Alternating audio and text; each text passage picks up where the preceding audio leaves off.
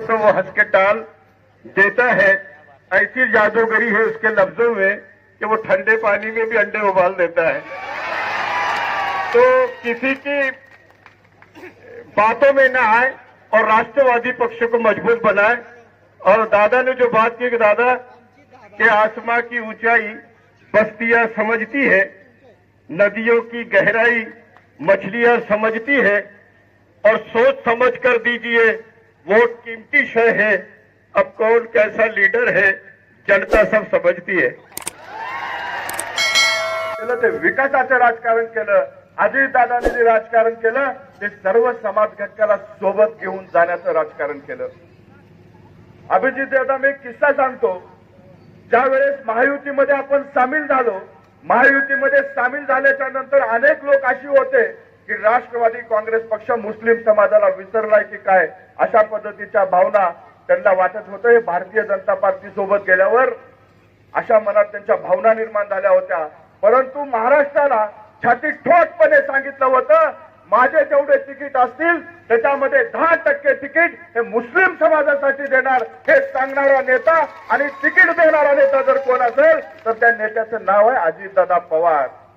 आपण ज्या विचारावरती काम करतो, शिवशाहू फुले आंबेडकरांच्या विचारावरती काम करतो, त्या महामानवांनी सांगितलेले, ज्या वेळेस तुम्ही समाजामध्ये एका विचारधारेवर सेक्युलर विचारावरती काम करता त्यावेळेस सर्व समाज घटकाला तुम्हाला सोबत घेऊन जायचंय।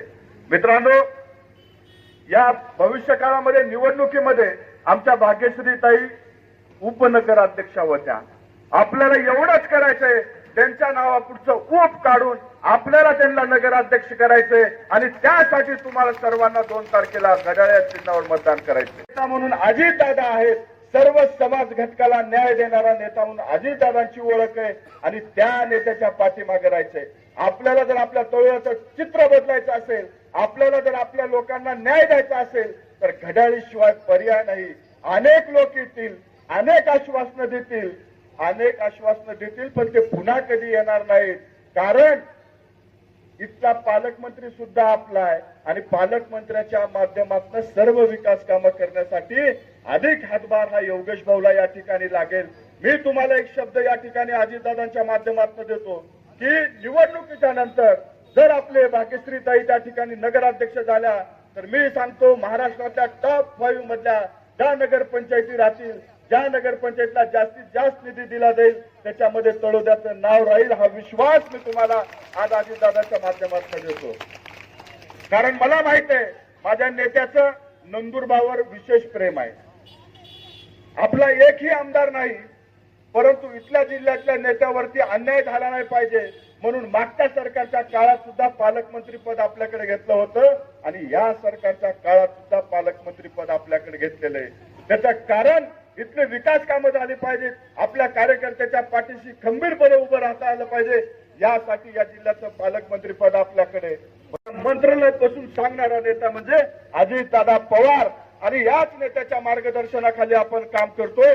भविष्य काळामध्ये अशा सेक्युलर नेत्याला, अशा सर्वांना सोबत घेऊन जाणाऱ्या नेत्याला आपल्याला साथ द्यायची आहे आणि त्यासाठी येणाऱ्या 2 तारखेला घड्याळ चिन्हासमोरील बटन दाबून आपल्याला प्रचंड अशा बहुमताने सर्व उमेदवार निवडून आणायचे। नाहीतर उद्या खायचं कुणाचं तरी मटण, आपलंच बटन आई ना बात समझ में, खाओ किसी का भी मटन, दबाने का खाली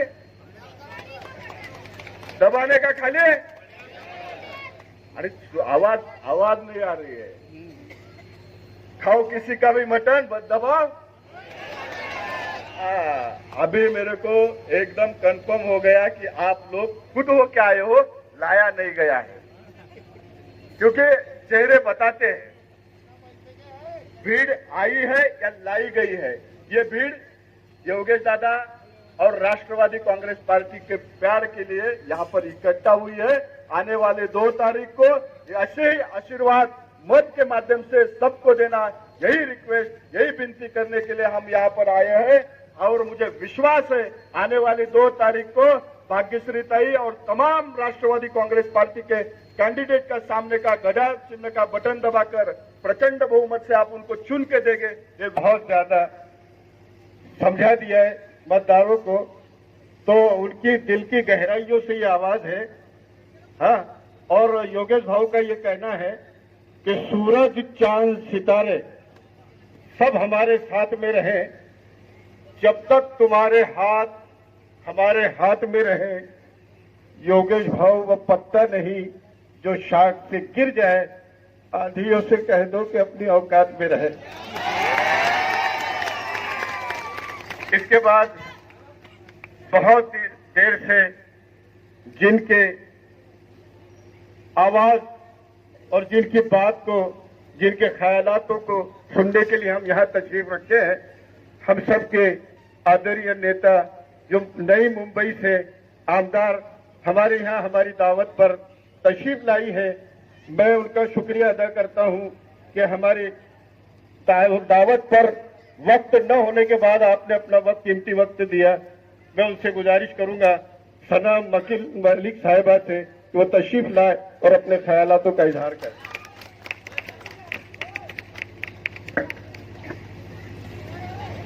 मंच पे उपस्थित हमारे योगेश भाऊ चौधरी जी,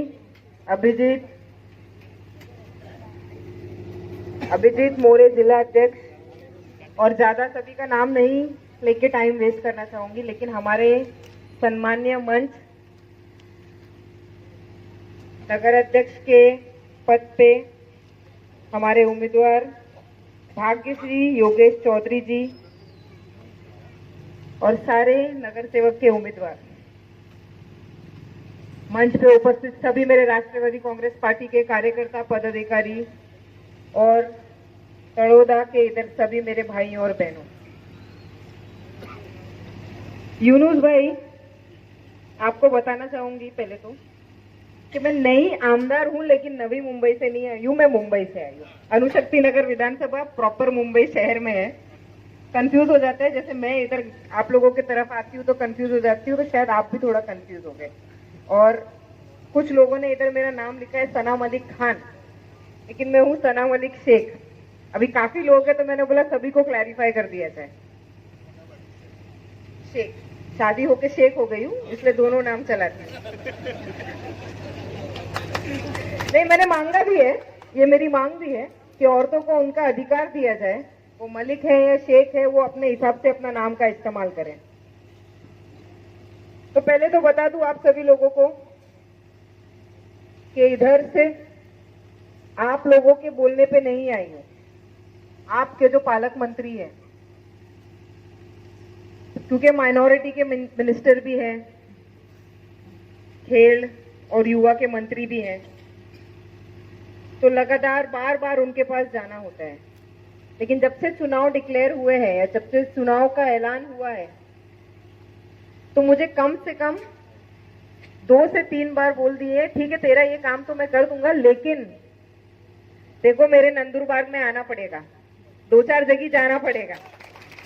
इसी स्टाइल में मुझे बोला गया है और मेरा वादा था उनको कि आपको जिधर जरूरत है या जिधर आपको ऐसा लगता है कि मुझे पहुंचना चाहिए, जैसे सूरज भाई ने बताया कि हमारे पास एक भी आमदार नहीं है इधर, लेकिन पालक मंत्री पद लेके इधर के लोगों को राष्ट्रवादी की पहचान, राष्ट्रवादी की विचारधारा, राष्ट्रवादी का सोच, राष्ट्रवादी का काम करने का तरीका उन तक पहुंचना जरूरी है। इसी उम्मीद से बार बार लगातार इधर के पालक मंत्री हमारे पक्ष के आमदार बनते हैं। हमें जितने भी ताकत से हमारे नेता ने बोला था कि मैं अपनी विचारधारा, जो शिव शाहू फुले अंबेडकर की विचारधारा है, उसके ऊपर कभी भी कॉम्प्रोमाइज नहीं करूंगा, और उसके ऊपर कभी भी कॉम्प्रोमाइज हुआ है। क्या आपको ये लगता है? लगता है, नहीं लगता है? अगर आवाज नहीं आई और अगर आपकी चुप्पी कुछ बोलना चाह रही है कि अगर आपको ऐसा लगता है तो आप मुझे बताइए, मैं वो क्लैरिफाई करने आई हूँ। मैं अपने भाषण, अपने फोटो, अपने वीडियो बनवाने नहीं आई हूँ इधर। आपको ऐसा लगता है? नहीं लगता है तो आपको ऐसा लगता है हकदार वाला नेता है मेरा दादा। दादा किस, योगेश भाऊ कौन, किनके नेतृत्व के नीचे काम कर रहे हैं? तो एक वादा मानते हो ना? 2 तारीख को क्या करोगे? अरे उसके साथ और भी बटन दबाने, एक बटन दबाने से कुछ नहीं होने वाला है भैया जी। एक वादा। चलो आते हैं मुद्दे पे। धारा हम साथ में लेके चल रहे हैं। हमारे नेता ने बोला है शेखशाह फुले अंबेडकर की विचारधारा के किसी भी पल, कोई भी ठिकाने या कभी भी कोई भी तरीके का कॉम्प्रोमाइज नहीं किया जाएगा। वो कौन सी विचारधारा है? हम जब बार बार बोलते कि शेखशाह फुले अंबेडकर की विचारधारा लेके हम चलते भी आता है और भाषा भी आती है, तो किसी के साथ भी भेदभाव नहीं होता है। और ये ही विचारधारा को लेके आगे चलने वाला पूरा पक्ष है। हमारे पास अब हम इधर मौजूद है, तो मुझे लगता है कि माइनॉरिटी के समाज के ज्यादातर लोग हैं इधर। तो माइनॉरिटी के समाज के साथ मुझे बताइए, एक भी ऐसा नेता, मैं आज 39 साल की हो गई हूँ और जब से 10-12 साल की थी तब से अपने पिताजी को राजनीति में देखी हूँ, और कभी मैंने कोई नेता को ये बोलते हुए नहीं सुना कि भरी मंच पे ये नहीं बोला उन्होंने, माइक लेके नहीं बोला है, मीडिया के सामने नहीं बोला है क्या कि मैं अपने अल्पसंख्यक भाइयों के साथ कभी भी कोई भी तरीके का नाइंसाफी नहीं होने दूंगा। बोला है किसी ने कभी? लेकिन हमारे पक्ष के राष्ट्रवादी कांग्रेस पार्टी के राष्ट्रीय अध्यक्ष, महाराष्ट्र के उप मुख्यमंत्री अजित दादा पवार ने ये रमजान के इफ्तार के वक्त, मुंबई में एक इफ्तार की प्रथा होती है, हर पार्टी करती है, तो उधर भरे महफिल में मीडिया के सामने माइक पे उन्होंने बोला मैं अपने मुस्लिम समाज भाइयों के साथ कभी भी कोई भी तरीके की नाइंसाफी नहीं होने दूंगा। मैं निकलूं, आप यूट्यूब पे चेक कर लें। मैं निकलूं, आप यूट्यूब पे चेक कर लें, क्योंकि ना नेता झूठ बोलता है और ना ही नेता के नीचे जितने भी लोगों को उन्हें आगे बढ़ाया है वो झूठ बोलते हैं। अगर किसी ने बोला तो वो हमारे जो नेता है वो डायरेक्ट उनका कान पकड़ते हैं। हम हर मंगलवार को मिलते हैं दादा को। चुनाव का वक्त तो नहीं मिल रहे, आप लोगों को ज्यादा मिल रहे हैं, लेकिन हर मंगलवार को मिलते हैं। और उस मंगलवार, एक मंगलवार से दूसरे मंगलवार के बीच में अगर किसी की कोई भी गलती सामने आती है तो भरी महफिल में, भले ही वो 50 से 80 लोगों के बीच की महफिल होती है, लेकिन उनकी क्लास उधर लगाई जाती है। जैसे मेरे अब्बा, हम अगर 4 भाई बहनों में से अगर किसी ने कुछ किया होता है तो फैमिली टाइम से जैसे मेरे पिताजी क्लास ले लेते हैं, वैसे हमारे दादा महफिल में हमारी क्लास ले लेते हैं। तो आप मुझे बताइए, एक घर को क्या चाहिए होता है? एक घर को क्या चाहिए होता है? जो सरपरस्त है वो अपने बच्चों को, अपने साथ वालों को अगर कोई गलती हो तो उसमें टोके, तो वो नेतृत्व वैसा है।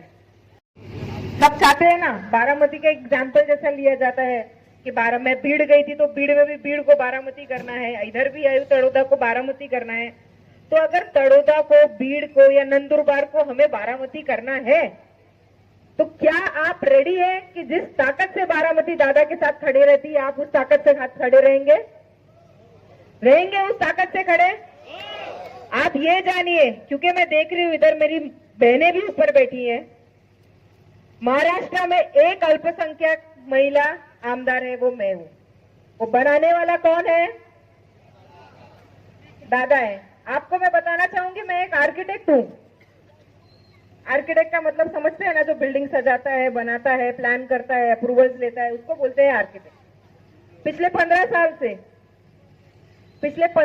से आर्किटेक्चर में मेरे को बहुत अच्छा एक्सपीरियंस है। और ये, लेकिन बाय डिग्री हूँ, पेशे से आर्किटेक्ट हूँ, लेकिन बाय डिग्री, बाय एजुकेशन वकील भी हूँ। 2 ग्रेजुएशन किया है, डबल ग्रेजुएट जिसको बोलते हैं।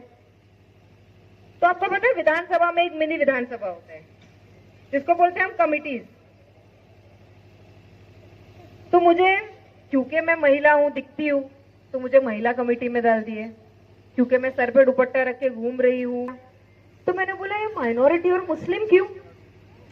मतलब मैं एक आर्किटेक्ट हूं, लॉयर हूं, इतने साल का एक्सपीरियंस है, तो मुझे कुछ डेवलपमेंट या अर्बन जैसी कमेटी में क्यों नहीं डाला? तो मेरे नेता ने मुझे एक ही जवाब दिया। वो जवाब क्या हो सकता है आप सोचिए। बोले आज हमारे पास सिर्फ एक सना मलिक है जो माइनॉरिटी को बिलोंग करती है, जो एक महिला है, लेकिन आने वाले सालों में एक सना मलिक से हमको कम से कम 10 नेता की बेटी थी तो नेता बन गई। नेता की बेटी 2017 में नगर सेवक का इलेक्शन लड़के हार चुकी हूँ, वो बेटी मैं ही हूँ। फिर 9 साल 8 साल बहुत मेहनत की हूँ, फिर इधर तक पहुंची हूँ। तो वो नेता वाला स्टोरी तो हटा ही देना मेरे उसमें से, महिला और माइनॉरिटी वाली पकड़ के चलिए। और इसलिए भेजा गया है कि आप जैसे कुछ लोग आने वाले 5 साल में हमें उधर दिखे, आप जैसे कुछ लोग हमें नगर अध्यक्ष बनते हुए दिखे, आप जैसे कुछ लोग हमें नगर सेवक बनते हुए दिखे, और हम मिलके राष्ट्रवादी बाद में पहले अपना एरिया, पहले अपना समाज, पहले अपने आसपास के लोगों को और ताकतवर बना पाए। उससे किसकी ताकत बनेगी? उससे राष्ट्रवादी की ताकत बनेगी, उससे देश की ताकत बनेगी, उससे महाराष्ट्र की ताकत बनेगी। और इसलिए नहीं है कि सिर्फ घड़ी बढ़ानी है, लेकिन हमको महिला भी बढ़ानी है। चाचा यूनुस भाई, हमें आपके साथ वाले जितने लोग हैं उनको भी बढ़ाना है। मेरी बहन इधर बैठी है, हमें और ऐसे लोगों को आगे लाना है, चुन के लाना है। सिर्फ इधर कहाँ, हमें तो उन्हें विधानसभा और विधानसभा के बाद पार्लियामेंट तक पहुंचाना है। खुल के बोलते हैं। अब मुझे एक बात बताइए,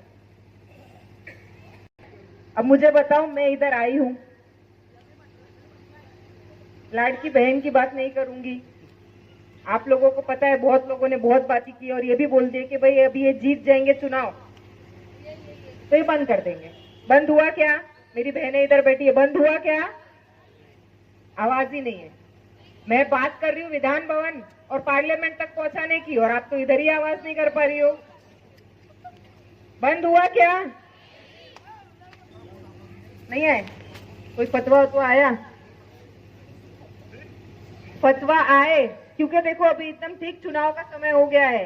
आज हम खड़े हैं 26 तारीख को, आने वाले कुछ दिनों में कुछ फतवे आ जाएंगे, फतवे आके हमें बांट दिया जाएगा। कुछ लोग सोचेंगे हम ही हैं, अल्पसंख्यक का वोट सिर्फ हमें ही मिलेगा और किसी को नहीं मिल सकता। और वो आएंगे, कुछ फतवे डालेंगे, कुछ आपको खतरा बताएंगे, आप डर जाएंगे, आप एकजुट होके नहीं, जो काम करना था वो बंटवारा करा देंगे, और जो नहीं चाहते हैं वो हो जाएगा। तो आपको एक जिम्मेदारी देने आई हूं कि आप सभी लोग फतवे को नहीं मानोगे, एकजुट रहोगे, रहोगे ना? हाँ नहीं, एकजुट रहोगे?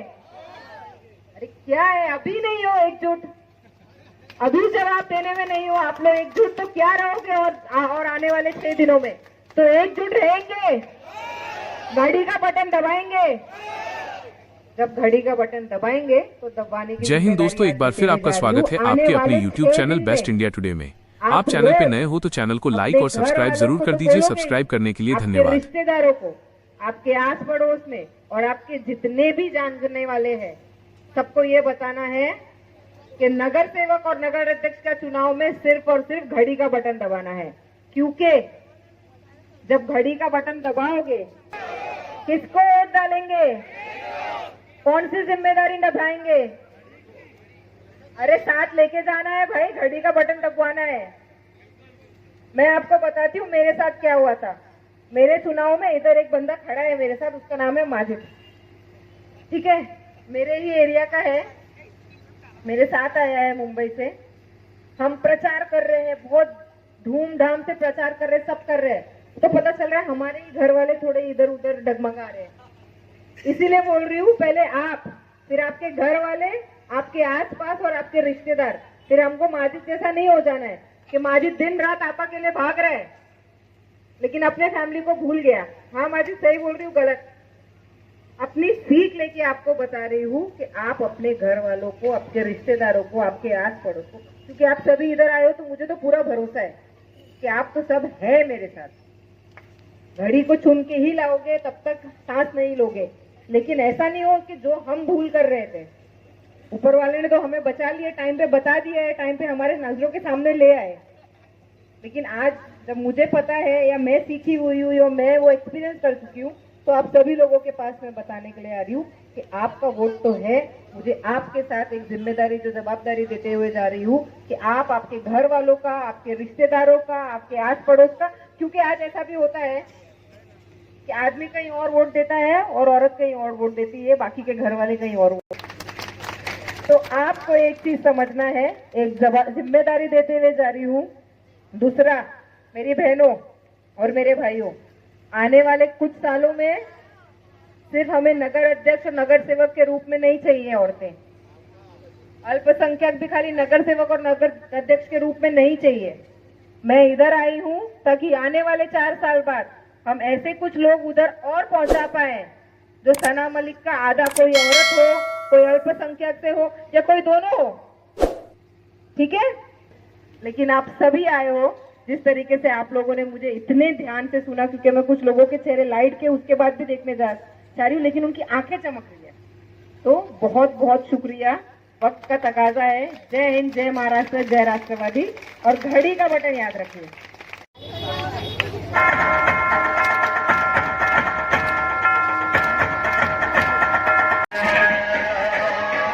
प्रगतीच्या वाटेने जाऊया साथीने, एका मुखाने हो बोला राष्ट्रवादी पुन्हा।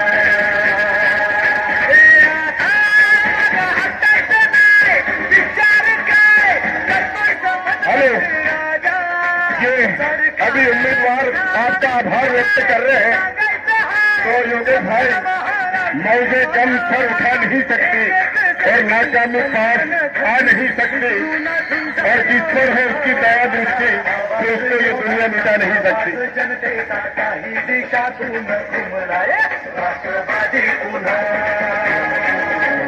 प्रगतीच्या वाटेने जाऊया साथीने,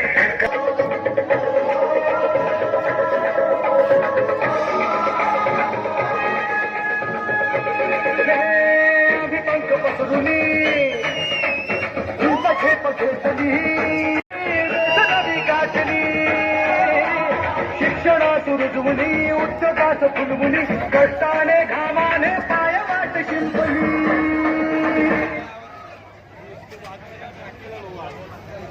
पहली बार है ऊपर खड़ा रह के बोला था, नीचे रहता ना तो बोल लेता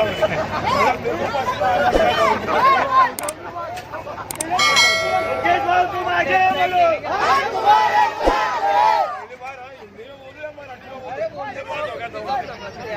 योगेश भाई तुम आगे बढ़ो, योगेश तुम आगे बढ़ो।